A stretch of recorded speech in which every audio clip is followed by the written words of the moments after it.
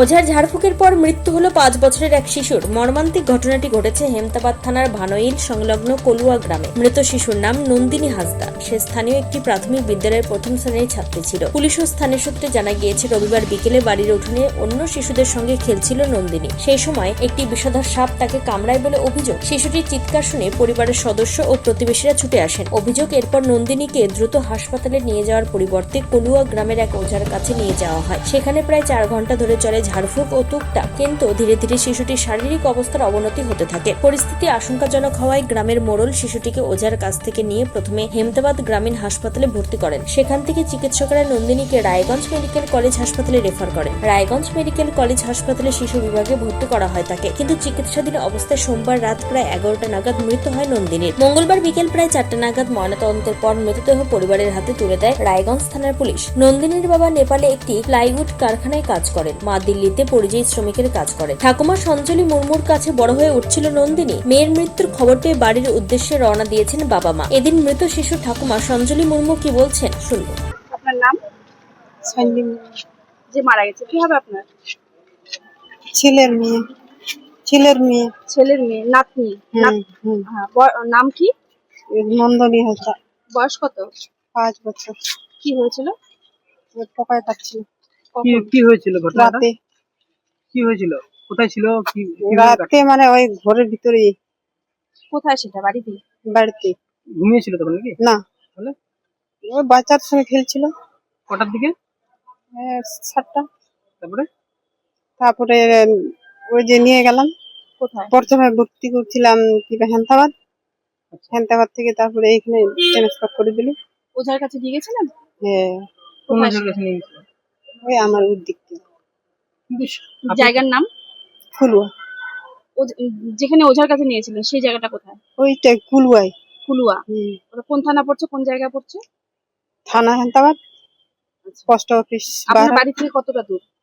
বেশি দূর না, কাছেই, বাড়ির কাছে। হ্যাঁ, তো প্রথমে ওঝার কাছে নিয়ে গেলেন কেন? সবাই বলছে যে ওঝার কাছে নিয়ে চলো, ওঝার কাছে নিয়ে চলো। কিন্তু সরকারি ভাবে তো সব জায়গায় অনেক জায়গায় সচেতন করে যে ওঝার কাছে নিয়ে যাওয়া থেকে সাপে কামড়ালে হসপিটালে নিয়ে গেলে বেঁচে যাবে। জানতেন বিষয়টা?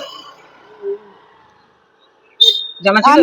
আমি তো একাই না, লোকগুলা কি বলছে ওইটাই শুনতে হচ্ছে। মানে গ্রামের মানুষ এখনো সচেতন হয়নি। আপনার ছেলের নাম? বাবুরাম হাসদা। কি কোথায় করে? আছেন উনি?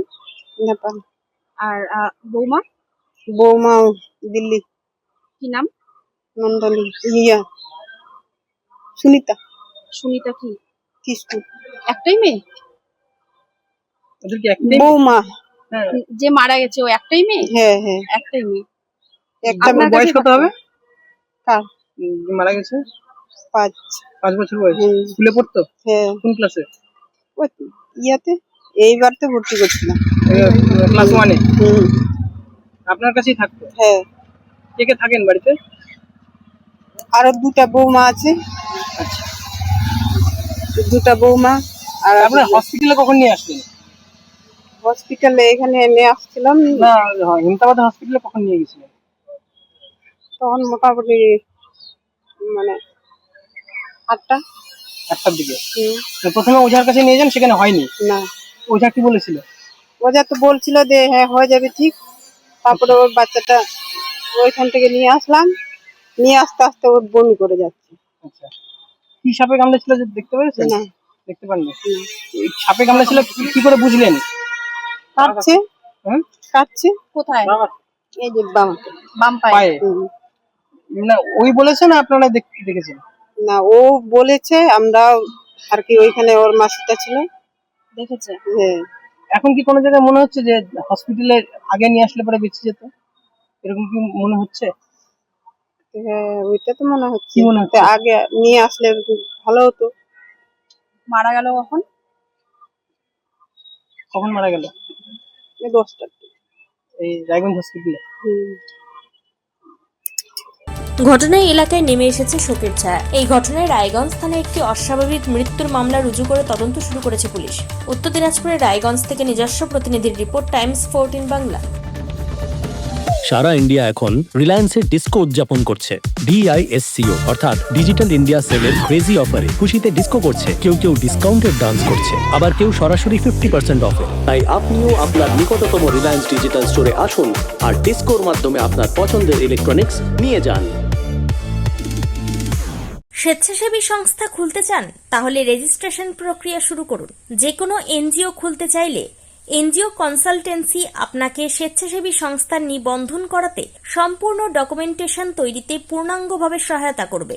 Section 8 company registration, trust registration, society registration, pan, tan এবং 12A 80G সহায়তা, এনজিও দর্পণ এবং CSR সম্মতি। এখনই কল করুন 8345817300, হোয়াটসঅ্যাপ করুন 9434187666 এই নম্বরে। মুখের উজ্জ্বলতা হারিয়ে গেছে, স্পট পড়ে গেছে, ব্রণ ভর্তি, তাই আর দেরি না করে আজই আসুন রায়গঞ্জের চণ্ডীতলায় হেলথ প্লাস মাল্টি স্পেশালিটি ক্লিনিকে এবং এখানে পান অভিজ্ঞ ডাক্তার দ্বারা ফ্রি স্কিন টেস্ট। আরো বিস্তারিত জানতে যোগাযোগ করুন 9674895169 এই নম্বরে।